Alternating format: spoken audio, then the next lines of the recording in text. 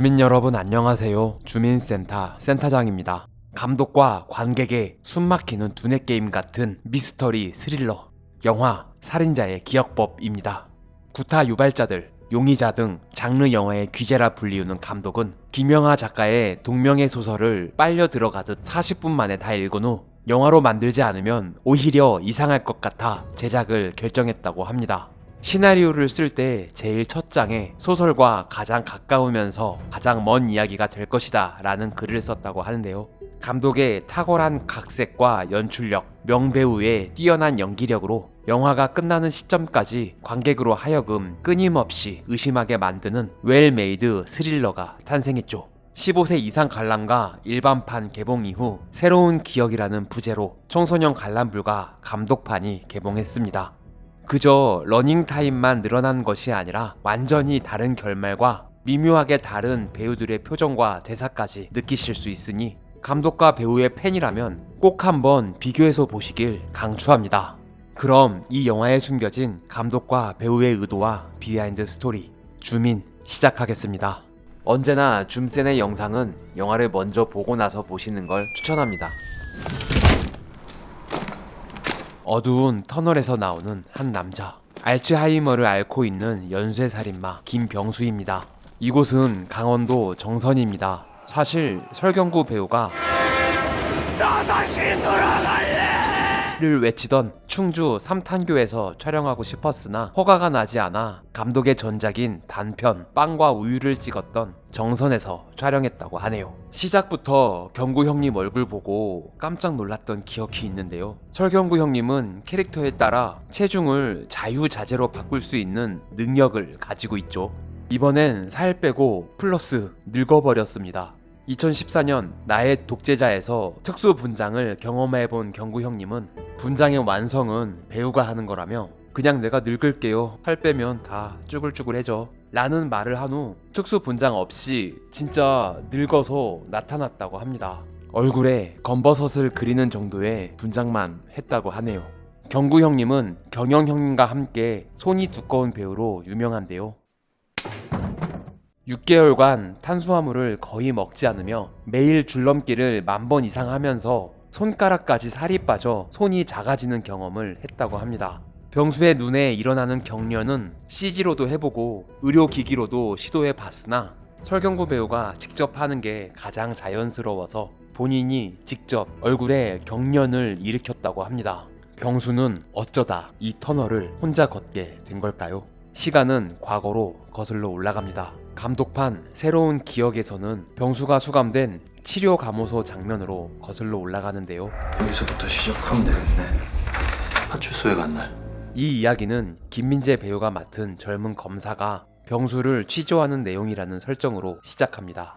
아이고 우리 형님 또 오셨네. 알츠하이머를 앓고 있는 병수는 오늘 또 정신을 잃고 파출소에 오게 됐습니다. 안병만 소장은 그런 병수를 살뜰히 챙기죠. 아니 주윤발도 아니고 안 소장이 성냥개비를 입에 물고 있는 이유는 뭘까요? 이후에 밝혀질 병만의 사연이 담긴 복선입니다. 누구시오? 아 진짜 은근히 섭섭하네. 이곳은 군산의 흥남파출소가 이전하고 나서 비워져 있는 공간을 세팅해 만들었다고 합니다. 괜찮은 거지? 급하게 달려온 딸 은희의 얼굴을 보니 바로 정신 차리는 병수. 감독은 원작 소설에 치매는 신이 조종관을 놓아버린 상태라는 표현이 인상 깊어서 병수가 멍하니 있다가 빛과 같은 존재인 딸을 보고 급하게 조종관을 잡았다는 느낌을 설정했다고 합니다. 그걸 이렇게 표현해내는 경구 형님. 미리미리 녹음해 놓는 거야. 이 중국집 역시 군산에서 촬영했습니다. 군산의 맛집 진성원입니다. 다이어트 해본 사람은 알겠지만 몸을 이렇게까지 말린 상태에서 먹는 짜장면은 어떤 맛일까요? 경구 형님은 이럴 때 아니면 먹을 수 없기 때문에 깨작거리는 척 하면서도 정말 맛있게 음미하며 먹었다고 하는데요. 그마저도 컷 소리가 나면 바로 뱉어야 했다고 합니다. 딸내미 은희는 농협 직원입니다. 이 옷은 실제 농협 유니폼인데 서련이 입으니 교복처럼 보여서 더 유니폼스럽게 수선해야 했다고 하네요. 3달 전에 나는 치매 판정을 받았다. 혈관성 치매가 확실한데 조재훈 형님이 의사로 특별 출연했습니다. 당시 일어났던 뇌출혈이나 수술 후유증인 것 같습니다. 아니, 눈이 너무 살벌한데? 의사가 아니라 사채업자처럼 느껴지는 건 기분 탓이겠지. 얼마 전 일어난 교통사고 후유증으로 치매가 시작된 것 같습니다. 박인수님의 봄비. 차 사고가 나는 순간 라디오가 고장나서 들렸다는 설정입니다. 소설에도 등장하는 곡인데요. 감독은 실제 이 곡을 부른 박인수 님도 알츠하이머를 앓고 있어서 묘한 연결성에 가슴이 너무 아팠다고 하네요. 10대 초반으로 보이는 여성의 사체가 발견됐습니다. 이곳은 로케이션 매니저가 누나의 성당 촬영지를 알아보러 다니다 김제에서 아주 오래된 집을 우연히 발견하고 바로 섭외했다고 합니다. 실제 사람이 살고 있는 주택에 세트를 덧대 만들었다고 하네요. 집 내부는 세트를 만들어 촬영했습니다. 아주 오래된 집이라는 설정으로 마루 바닥을 만들어 놓고 일주일간 닦고 벗겨내서 닳게 만들었다고 하네요. 살인이 누구지 왜 이름이야? 그럴 수도 있다. 나도 살인자니까. 감독판에는 컴퓨터 패스워드가 기억나지 않아 난감해하는 컷이 추가됐습니다. 시간은 과거로 거슬러 올라가 1971년. 아버지의 군화와 의상은 군부 독재를 상징한다고 합니다. 소풍 전날 엄마가 김밥을 싸고 있는데 집안을 뒤집어 엎어버린 아버지. 병수는 이날의 트라우마로 수시로 김밥을 먹게 됩니다. 소풍 갈 때 신으라고 엄마가 사준 새 운동화. 개봉 당시 아디다스에는 저런 모델이 없다는 의견도 있었는데요. 아디다스에서 당시의 모델을 두 켤레 협찬받았다고 합니다. 오늘 제대로 맛을 한번 보자. 와, 정인겸 형님 연기 너무 무섭네요. 하지만 이제 다 커버린 아들을 더 이상 이길 수가 없는 아버지. 병수의 첫 번째 희생자가 되고 맙니다. 쌀가마를 질 수 있는 나이가 되면 아버지도 손을 대지 않는다 라는 글을 보고 설정했다고 합니다. 아버지 시신에 군화를 다시 신겨주는 건 마치 아버지를 배려하는 것처럼 보일 수도 있으나 오히려 반대로 당신은 이게 어울리니 신고 가버려 라는 의미라고 하네요. 살인을 저질렀으나 병수는 잡히지 않고 우리 집엔 평화가 찾아왔다. 마치 진짜 70년대 달동네 같은 어린 병수의 집은 순천 드라마 세트장이라고 합니다. 세상엔 꼭 필요한 살인이 존재한다는 걸. 원작에서와 마찬가지로 연쇄 살인자이긴 하지만 약간 결이 다른데요. 원작에서는 유희를 위해 살인을 즐기는 광적 살인마로 묘사되어 있는데 그 이후로 나는 살인을 계속했다. 감독은 병수의 살인에 정당성을 부여해서 마치 자경단이라도 된 양 쓰레기를 청소한다고 생각한다는 설정으로 각색했습니다. 세상엔 죽어마땅한 쓰레기 같은 인간들이 넘쳐났고 CG를 선호하지 않는 감독은 과거 병수의 살인 몽타주 씬을 아날로그적으로 접근했습니다. 360도 돌아가는 장비까지 제작해 어렵게 촬영했다고 하네요. 대부분 이 대숲에 묻었다. 이곳은 김해 죽순농원입니다. 담양의 죽록원처럼 잘 정돈된 관광지가 아닌 스릴러에 걸맞는 우후 죽순으로 막 자란 듯한 공간을 전국을 뒤져 찾아냈다고 하네요. 연쇄살인마가 잘 자라 수의사가 됐습니다. 사람 목숨이나 동물 목숨이나 다를 게 뭔가.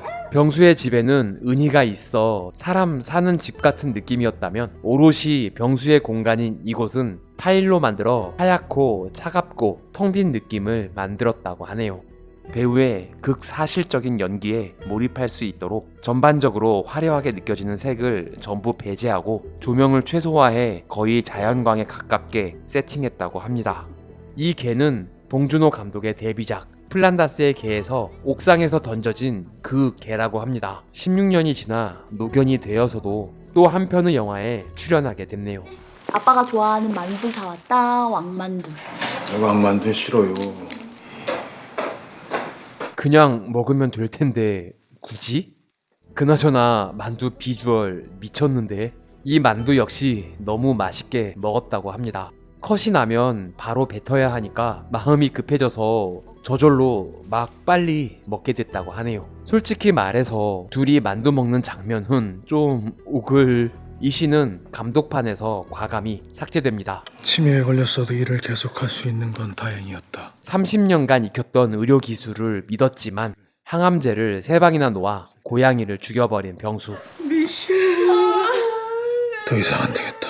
이제 딸내미가 준 녹음기에 착실히 녹음하고 문센에서 시 강의를 듣습니다. 붉은 피가 튀었다. 줌센 선정 이 영화의 킬링 포인트. 시쌤 이병주 형님만 보면 왜 이렇게 웃긴지. 예전 같으면 벌써 대숲에 묻어버렸을 텐데. 시 선생, 성악 교수 뭐 이런 거 너무 잘 어울리잖아. 이히 리베티히 Imagination of Death. 영어 대사는 이병준 형님의 애드리브라고 합니다. 눈빛 보소. 얼굴만 봐도 웃긴 건 석정 누나도 마찬가지죠. 선생님, 저 오늘 선생님 씨 너무 좋았어요. 황석정 배우는 서울대학교 국악과를 졸업했으나 연기에 대한 열망으로 극단에 입단. 허드렛 일을 하던 중 설경구 배우의 권유로 연극 무대에 올랐다고 합니다. 본인의 부족함을 깨닫고 한예종 연극원 2기로 다시 학교를 갔다고 하네요. 그 재밌으신 분이시다. 주제와 제목이 주는 무거움을 조금 덜어주는 가벼운 농담 같은 장면을 만들었습니다. 천박한 웃음이었다. 아쉽게도 나는 더 이상 살인을 할 수 없게 되었다. 이곳은 구 충남도청이었던 대전의 근현대사 전시관의 복도입니다. 자, 숨막히는 스릴러 영화 살인자의 기억법 비하인드 스토리 1탄이었습니다. 다음 영상에는 감독판에 추가되고 삭제된 장면들, 실제로 목을 졸라 기절시킨 사연 등 더 풍성한 내용을 준비하겠습니다. 다음 영상을 기대해주세요. 구독과 좋아요는 사랑입니다. 종 모양 클릭으로 알림 설정까지 하시면 주민센터와 좀 더 가까워집니다. 부디 조.9R 부탁드립니다. 시청해주셔서 감사합니다. 지금까지 센터장이었습니다. 다음 영상도 기대해주세요.